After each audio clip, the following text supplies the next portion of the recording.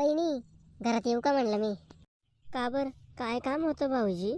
हां वहिनी, काम तुमच्याशी नव्हतं, माझं भावाशी होतं. म्हणलं मी घरामध्ये येऊ का.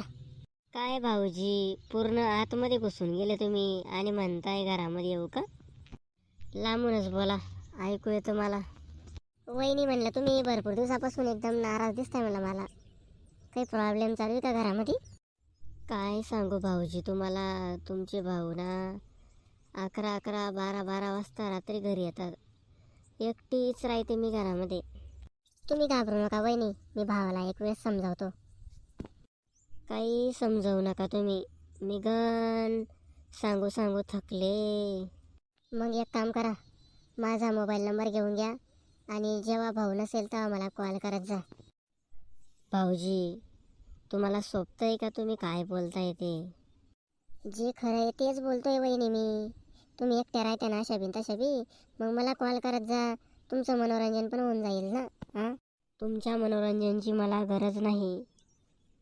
अहो वहिनी, तुम्ही ना दिसायला एकदम सुंदर दिसतात, माहिती आहे का? म्हणून म्हणतोय मी की मला कॉल करत जा एकट्या असल्या की. चालेल चालेल. का हो भाऊजी, खरंच मी दिसायला सुंदर दिसते का? हां, मग मग वहिनी, तुम्ही दिसायला एकच नंबर दिसतात आपल्या गावामध्ये. तुमच्यासारखी मुलगी मी आजपर्यंत बघितली नाही. भाऊजी, तुम्ही जरा जास्तच बोलताय. मी का मुलगी का मी बाई आहे? तुम्ही मला हरभऱ्याच्या झाडावर चढवताय. आई शपथ वहिनी, तुमच्यासारखी मुलगी म्हणजेच तुमच्यासारखी बाई मी आजपर्यंत बघितली नाही. तुम्हाला बघून माझं मन हे एकदम फिरून जातं वहिनी. काय सांगता भाऊजी तुम्ही, मी तुम्हाला एवढी आवडते का? वहिनी, तुम्हाला बघितल्यावर माझं मन असं टून टून टून टून उड्या मारतं खरंच कधी. मग एक काम करा, आज रात्री तुम्ही येऊन जा.